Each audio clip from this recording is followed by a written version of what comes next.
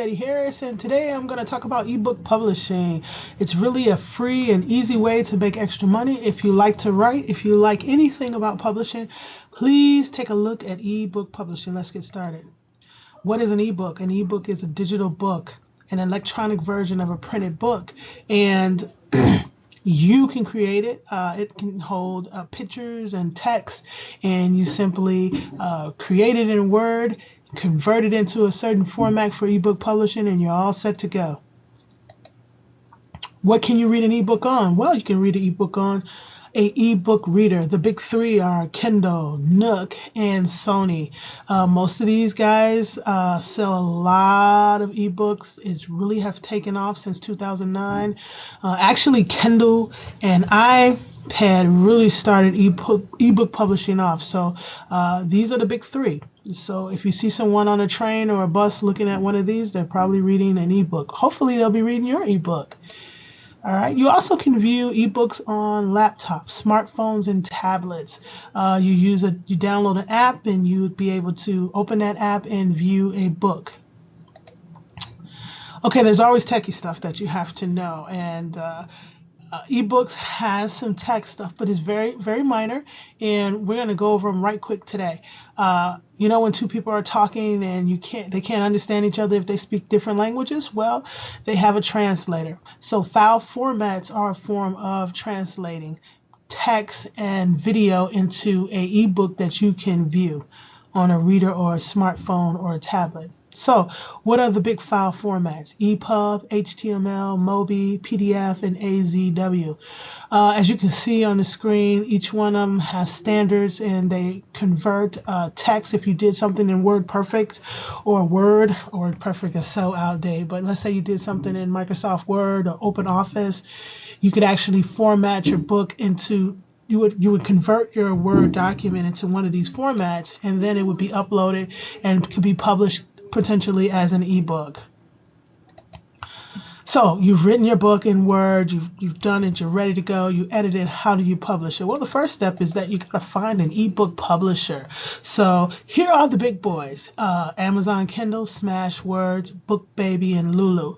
For the purposes of this presentation, we're gonna really talk about Amazon Kindle, but I couldn't go without mentioning at least Smashwords, because they really have a lot of nice stuff on there, and they have a lot of features that you as a publisher could really benefit from.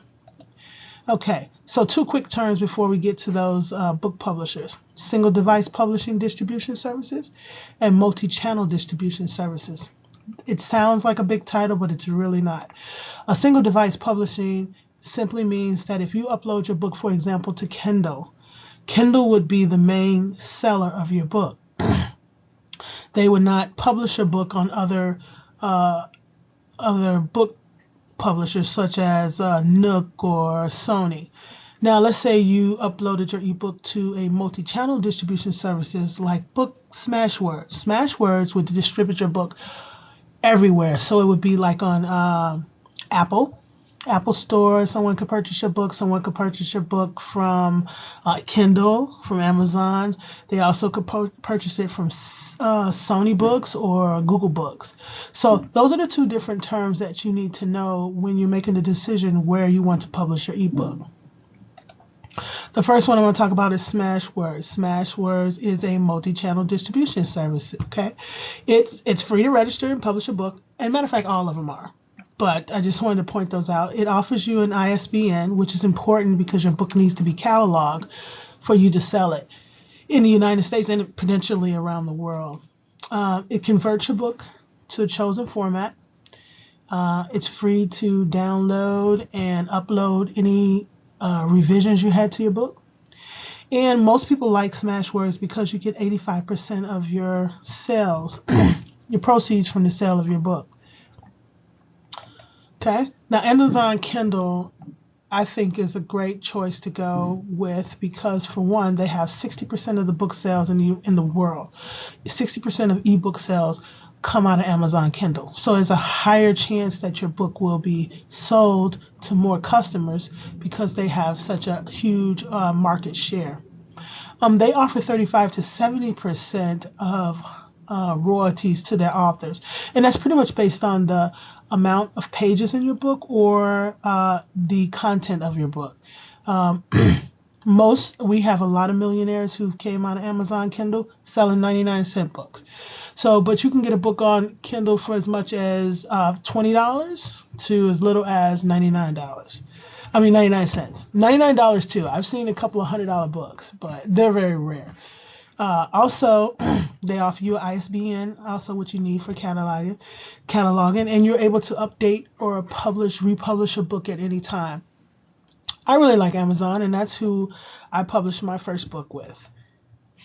Okay, ebook rules of the road. Gotta have ebook rules. Just like with any industry, there's rules and ethics that we as authors have to follow. And I'm just going to mention a few here today. The first one is copyright. You want to make sure you get permission from any author or any photographer if you use any content or art in your ebooks. It's potential you could be sued if you use someone's art and do not let them know or ask for permission. Also, you also want to put the copyright symbol in your work. You don't want someone to steal your work. But essentially, you do not have to fully go and copyright your work. Pretty much when you publish it on e-publishing, it's pretty much attached to you. But some people feel that they need to do that. So in the slide, I do provide www.copyright.gov. You can go there and copyright your book. Just right quick, I want to mention a non-disclosure agreement. If you do any work, if you have anyone do any work for you, let's say you wanted someone to proofread your book before you publish it, you probably want to get a non-disclosure agreement just stating that, hey, this is my work and I don't want it reproduced, and you're not allowed to show anyone the contents of my book. And so you'll see me mention that again, but just something that you want to have in mind when you're ebook publishing. That comes along a little more when you use an outside source. I'm going to talk about that briefly. Here's an example of what a copyright should say, and it just simply says all rights reserved. No part of this book may be reproduced in any form without permission in writing from the author. Reviewers may quote brief passages in reviews. And then what that simply means is that if someone reviews your book, they may want to take out a quote and to emphasize the content of your book. And so you're giving them permission to basically do that. I always throw a disclaimer in there because you don't want someone, especially if you're doing nonfiction, let's say you're giving a recipe and you say put a half a teaspoon of olive oil in the cake mix, and they throw a whole bottle of olive oil in there and develop some kind of stomach issues. You want to have that disclaimer in there just as a way of protecting yourself. Of course, you're not going to be totally protected if somebody wants to sue you, but I often put this in my book. It makes me feel better anyway. Finally, another thing you want to do is edit your book. The rules still apply with ebook just as with hard copy books. You want to make sure you check for grammar and, any spelling. You don't want to publish a book with a bunch of errors in there. That is the quickest way not to sell a book. People will give you terrible reviews and you won't be able to sell your book. If you want to hire someone, let's say you're not an artist or you're not good at proofreading, you can use some different websites, Elance, Odess, and Ferber. They do provide a service where you can get a hold to artists and authors and publishers and editors, and they will go ahead and edit your book. They'll go ahead and create art for your book, and you can find all of those out there. I often want to mention again just that non-disclosure agreement, especially if you go to any of these websites and hire someone. Make sure you have a disclosure agreement handy for them to sign. Formatting your ebook. There are 5 basic things that I'm going to point out here. This is not the whole ball of wax, but these 5 things, if you can get these 5 things together, you can pretty much publish your ebook. 1, you want to make your table of contents clickable. If someone opens a ebook of yours, they may not want to read through the whole book. You want them to be able to click on a link in the table of contents and jump to that article or jump to that chapter. That's important. People like to move quickly through ebooks, and they don't want to have to, swipe 1,000 pages to get to a particular piece of content that they're looking for. Do not use tabs when you're creating your ebook. Ooh, that's a no-no.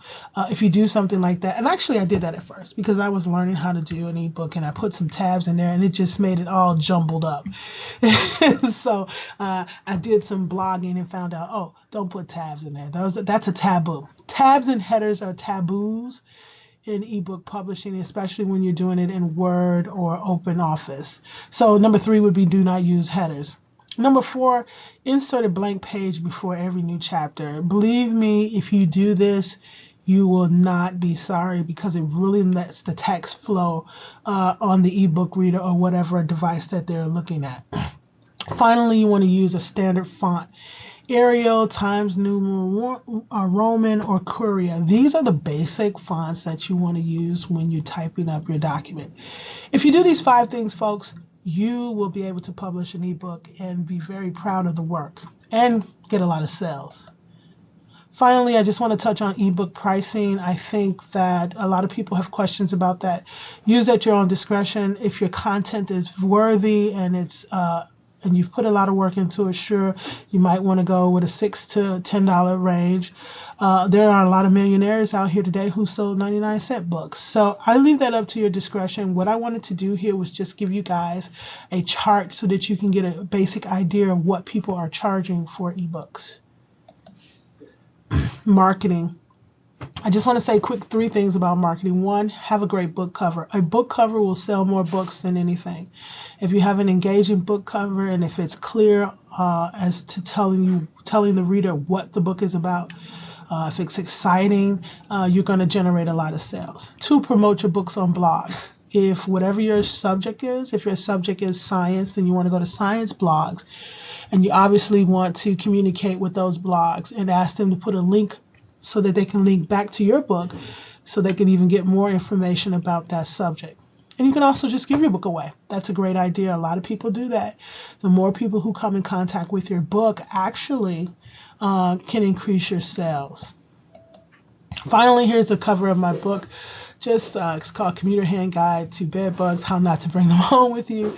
This is my first ebook, and as you can see, talking about a book cover, how engaging it is. So that's pretty much it for ebooks, and I hope to read some of your books soon. Have a great day. Bye.